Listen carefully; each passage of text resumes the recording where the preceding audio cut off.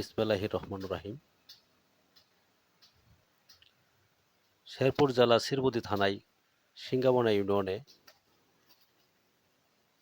প্রচুর বৃষ্টি হওয়ার কারণে ঝড়া ঢল লেগে প্রাণী কোনো দিক না পেয়ে অনেক মানুষের বাড়ি ঘরে উঠেছে এবং বাজারেও উঠেছে। বাজারে ওঠার পর সেখানে ঘরের তল দিয়ে পানি যেয়ে ঘর ভেঙে ফেলছে কন্যঝোড়া বাচ্চা মিয়া নামে এক লোকের দোকানে। এবং মাটি ভাটাতে অনেক প্রজেক্ট উপসে গিয়ে মাছ বাড়ি হয়ে গেছে এবং রাস্তায় এ মাছ মারতেছে অনেক লোকজন, দেখতে পাচ্ছেন আপনারা। রাতে প্রচুর পরিমাণে বৃষ্টি হয়, রাতে 3টার দিক দিয়ে মানুষ সেই সময় ঘুমেছিল। এই ঘুমে থাকার অবস্থায় এই পানি হয়ে রাতে আধারে এরকম অবস্থায় বৃষ্টি পুকুরের বাঁধ ভেঙে যে অনেক মাছ বাড়ি হয়ে গেছে মানুষের। এটা মাটিভাটা গ্রাম, সিঙ্গামনা ইউনিয়ন। এখন আমরা যাইতেছি আপনার বড়ইকুচি গ্রামে। এই রুটে যাইতেছি বড়ইকুচি গ্রামে। সেখানে কিছু দৃশ্য আপনারা দেখতে পাবেন।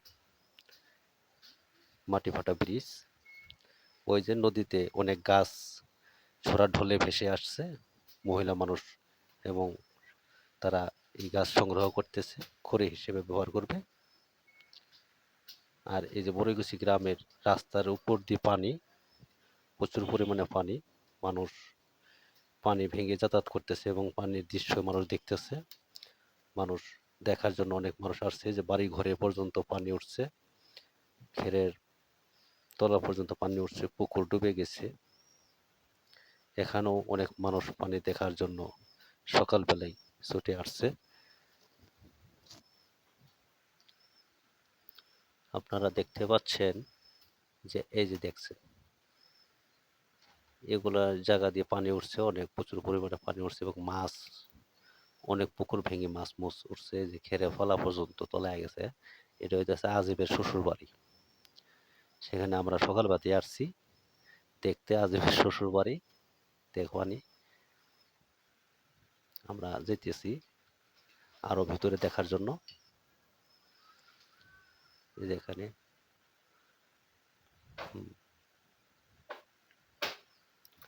বাড়ি ঘরে পর্যন্ত পানি উঠছে।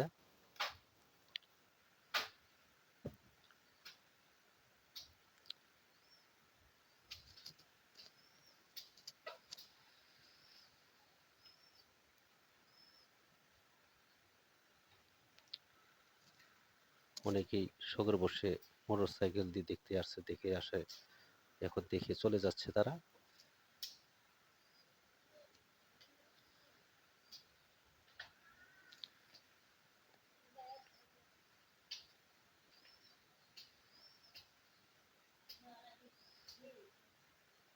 অনেক মানুষ বাড়ি ঘর থেকে বেরোতে পারতেছে না, সামনে আসতেছে মোটর সাইকেল চালিয়ে। তারা পানি দেখতে আসছিল, তাদেরকে জিজ্ঞালাম, তারা পানি দেখতেই আসছিল। আর এই যে আরেকটা আসতেছে, দেখুন খেয়াল করে, পরিচিত লোক আমাদেরই এলাকার, সেও সকালবাতেই পানি দেখতে আসছিল। তার নাম হচ্ছে জুয়েল, আওয়ামী লীগের সেক্রেটারি যুব দলের।